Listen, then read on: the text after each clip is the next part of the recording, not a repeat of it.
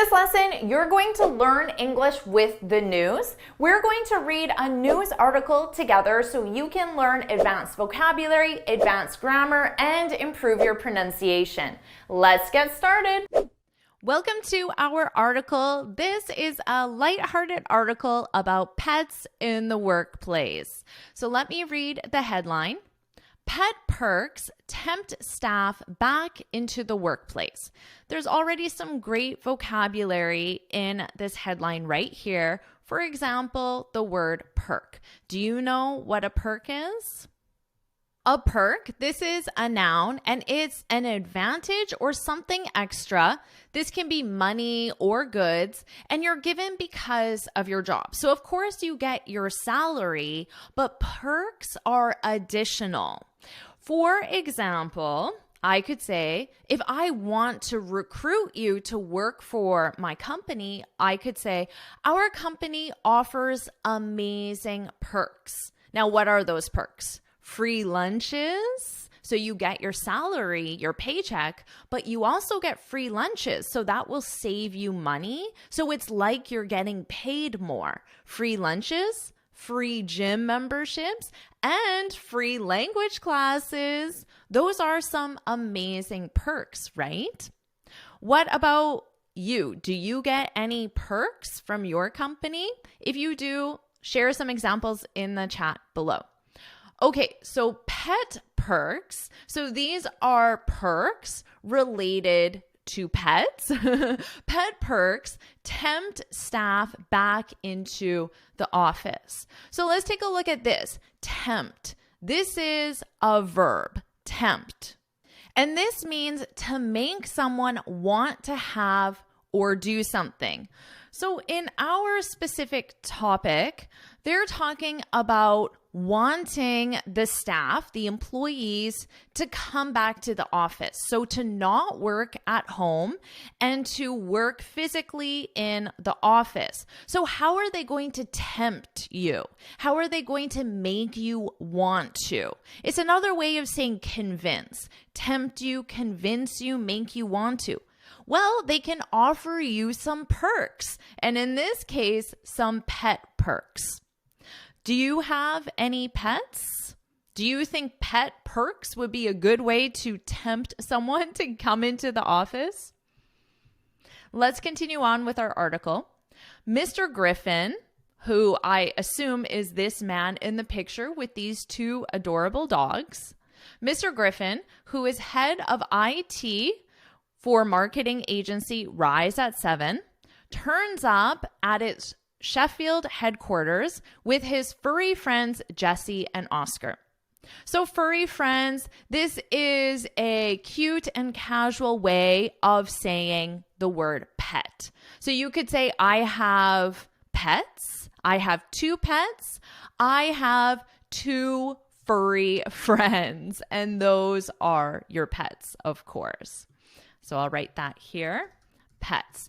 And the names of his dogs are Jesse and Oscar. I don't know which one is which. Okay, now let's take a look at this. He turns up at its Sheffield headquarters. So a headquarter is the main office of a company. For example, Google's headquarter is in California. I don't know if that is true or not. It's just an example. So this company's headquarters is in Sheffield. I don't know where that is. Now, he turns up at its Sheffield headquarters, the location of the office. Turns up, this is another way of saying arrive. It's a casual way, but a very common way. And the verb turn up is a phrasal verb. This is very commonly used. For example, what time did you turn up at the party last night? What time did you turn up? You can use this in more casual situations, but here they're using it in a more professional situation. But this is a more casual, informal article. This isn't a scholarly article or an academic article. So that's why they're using this casual phrasal verb turn up. Let's continue on. Rise allowing dogs. Remember, his company is called Rise at 7, so they're just shortening it to Rise. Rise allowing dogs. The company allowing dogs in the office has meant that I've been able to take both my collies. Collies, this is a type of dog. So this is the breed. So we use that specific word, breed of dog, and that means the type of dog. And here the breed is collies, which is actually short for, what are they? I believe they're border collies. Border collies is the long name, and then people just commonly call them collies. So I just Googled it to make sure, and yes, the breed is border collie, but I spelled it wrong, so I need to correct that. And notice, border collie, dog breed, and then you can look at the different pictures for this breed or find out more information. So I just corrected the spelling here. Now, what's your favorite breed of dog? I really love Labs, which is short for Labrador Retriever, but everybody just calls them the short form, which is Labs. What's your favorite breed of dog? Feel free to share that in the comments.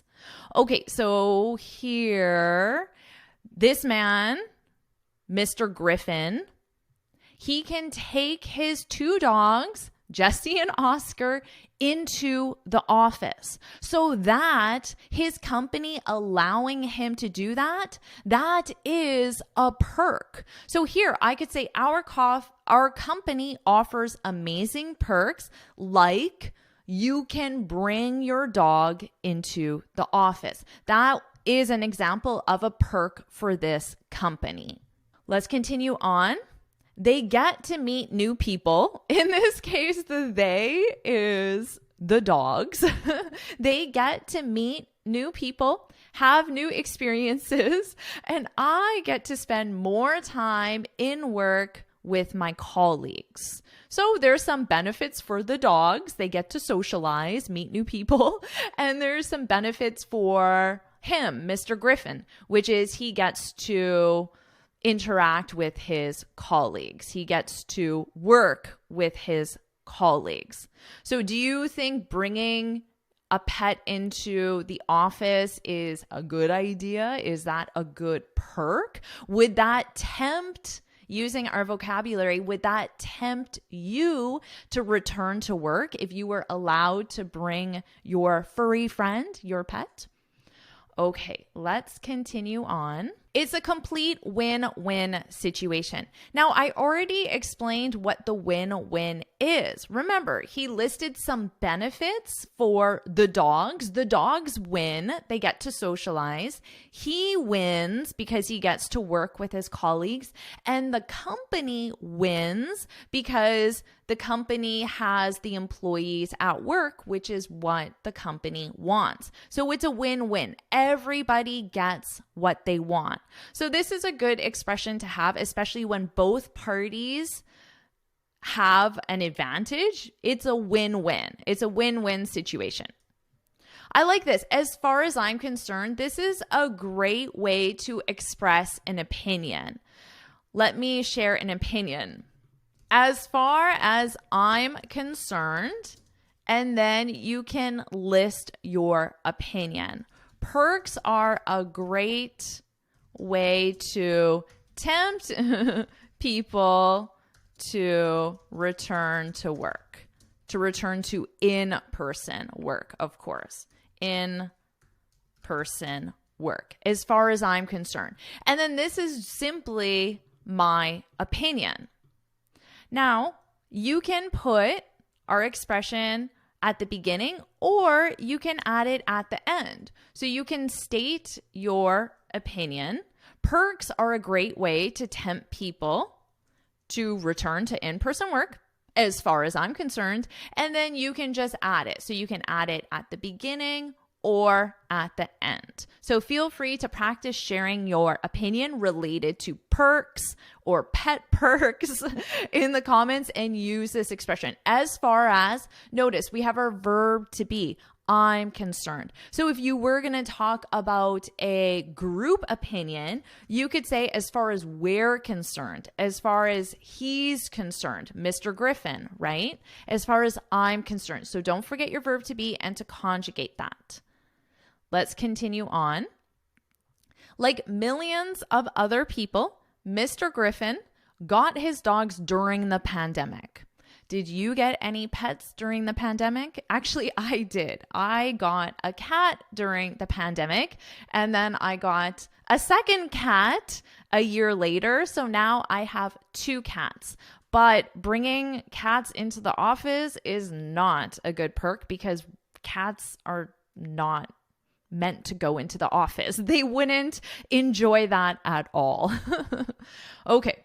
With most of us home working, to be honest, I don't see it written like this. When I saw this home working, I thought of doing homework. This is not an expression I commonly see. What I commonly see is working from home. Working from home. Now, this is an article from the BBC, so perhaps this expression, homeworking, is common in British English. I don't know if that is true or not, but in American English, honestly, I have never seen homeworking. I thought doing homework. For me, I would say with most of us working from home. So if you are learning American English, I would recommend using working from home. With most of us working from home at the time, as a result of lockdowns, there was a huge surge. Surge is an increase. And when you say surge, it generally represents a quick increase and a big increase, an increase quickly and in the amount of the increase is quite large. So it would go from 10 to 80 in 2 hours. That would be a surge. We see this a lot with gas prices, right? Gas prices have increased quickly, but the amount of the increase is a lot. It didn't just increase by a couple cents, it increased by a couple dollars increase. So gas prices have surged. Gas prices have surged. There was a huge surge in pet ownership. So during the pandemic, many people bought pets. So the amount of people buying pets increased quickly and the number was quite large as people wanted increased companionship. While having dogs in the workplace is likely to remain a rarity,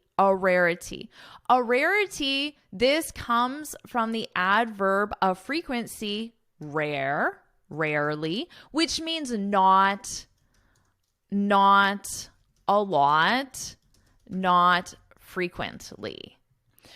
So they're saying that dogs in the workplace is not going to be common. It's going to be a rarity, something that doesn't happen a lot.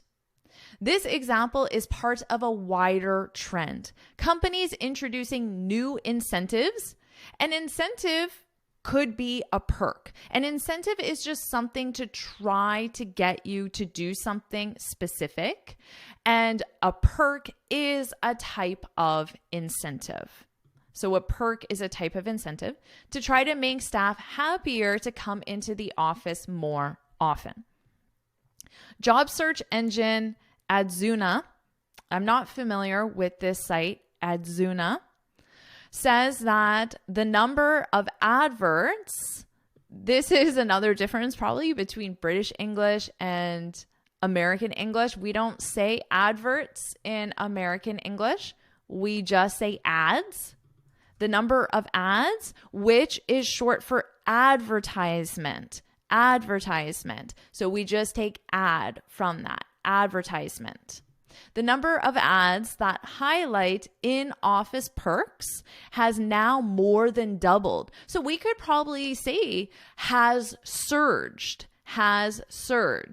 since before the start of the pandemic. So now people are searching for in-office perks as part of their job search criteria. They want perks. The increased incentives range from free exercise and language classes. That would be a great perk for you, right? If your company offered free English training, to complimentary food and subsidized childcare. Okay, so they range from to. When you use the word range from, you're going to have one end from this to this, and you're going to have a range, right? So you could say our prices range from $100, so that is the lowest price, to $500. That's the range of the prices, from to. Let me write that for you. Our prices range from $100 to $500. So here they use range from to. Now notice this word, complimentary food. Complimentary food. What does that mean? It means free. It's just another way of saying free. Free food, subsidized. If your childcare is subsidized, it is not free because that would probably be very expensive. It is not free, but it is reduced. So the cost is reduced, which means likely the employer will pay some of the childcare, but you still have to pay the majority of the childcare. That would be subsidized. So in this case, it's reduced, but complimentary, that means free. Let's continue on. Employees aren't in a rush to return to the office, which means they're not doing it quickly. Because if you're in a rush, it means you're moving quickly. So rush, moving quickly. But notice, they are not in a rush to return to the office. So what about you? Are you in a rush to return to the office or no? After enjoying the improved work-life balance that came from remote working, of course, is another way of saying working from home. But remote is a broader category because home, I'm home right now. I'm working from home. But if I were in a hotel room in another city, but I was recording this lesson, I'm not technically working from home because I don't live in that hotel in a different city, but I am working remotely. So working from home is a category of remote work. Says Paul Lewis, Chief Marketing Officer at Adzuna. As a result, companies are desperate to find new and unique ways to lure employees back. Lure is another way of saying tempt, to tempt. The definitions are slightly different between tempt and lure, but they have the same overall meaning. To lure is to persuade someone to do something or go somewhere. To persuade someone is to try to convince someone, to try to get someone to do something or to go somewhere, usually by offering them something. Hey, if you come to the restaurant with me, I'll buy you lunch. I'm trying to lure you to the restaurant with me. I'm trying to tempt you to come to the restaurant with me. So they're very similar. Tempt to me is more common because honestly, when I hear lure, we generally use it in a more negative situation. For example, the man lured the child into his van, and then obviously something negative happened, right? So when I hear lure, there's usually a negative result as that person is persuaded to go somewhere or do something, or the scammer lured me in and then stole all my money. So although the meanings are generally the same, I specifically hear tempt more in negative context. Use more when the result is negative. And in the news, often the result can be very negative, talking about murder or death, for example. But tempt is generally more neutral. I don't hear it specifically used in negative. And when I hear the word tempt, I don't think instantly of negative news stories. So because of that, I would probably just use the word tempt. At Central London-based financial planning firm First Wealth, ooh, that was a mouthful.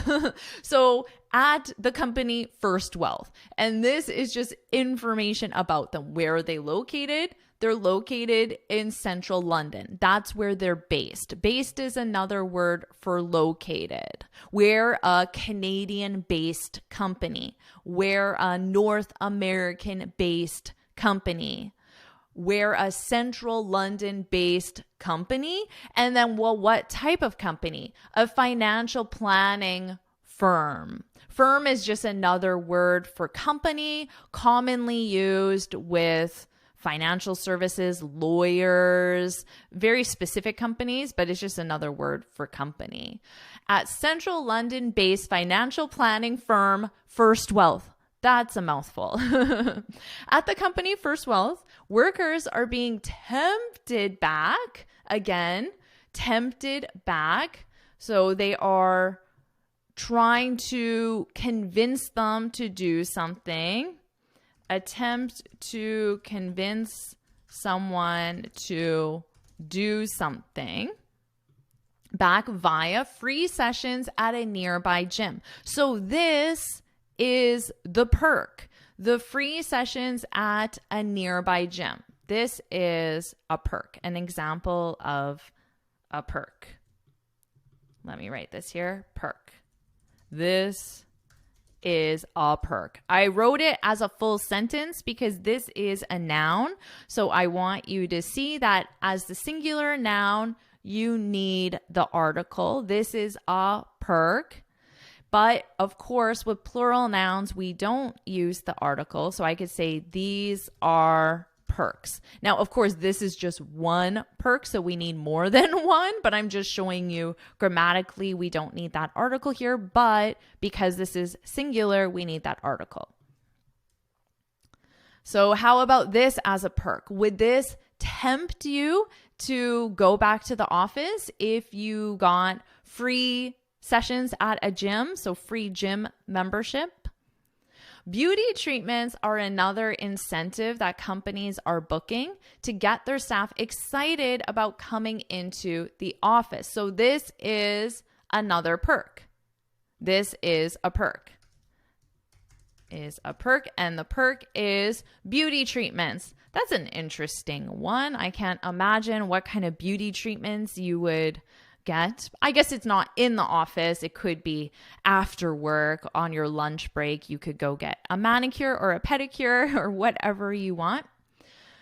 So beauty treatments are another. You could just say are another perk. They're using the word incentive. Remember, perk is a type of incentive.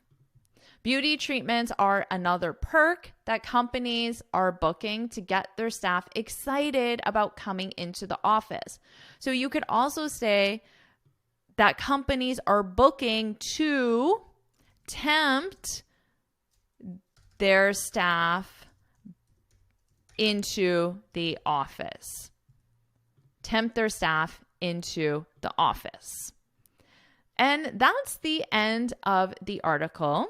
So now what I'll do is I'll go to the top and I'll read the article from start to finish, and you can follow along with my pronunciation. Pet Perks tempt staff back into the office. Mr. Griffin, who is head of IT for marketing agency Rise at 7, turns up at its Sheffield headquarters with his furry friends Jesse and Oscar. Rise, allowing dogs in the office, has meant that I've been able to take both my collies in, he says. They get to meet new people, have new experiences, and I get to spend more time in work with my colleagues.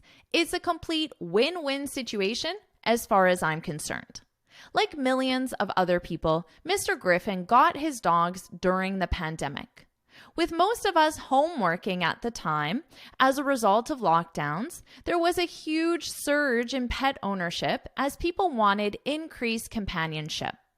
While having dogs in the workplace is likely to remain a rarity, this example is part of a wider trend. Companies introducing new incentives to try to make staff happier to come into the office more often. Job search engine Azuna says that the number of adverts that highlight in-office perks has now more than doubled since before the start of the pandemic. The increased incentives range from free exercise and language classes to complimentary food and subsidized healthcare. Employees aren't in a rush to return to the office after enjoying the improved work-life balance that came from remote working, says Paul Lewis, Chief Marketing Officer at Adzuna.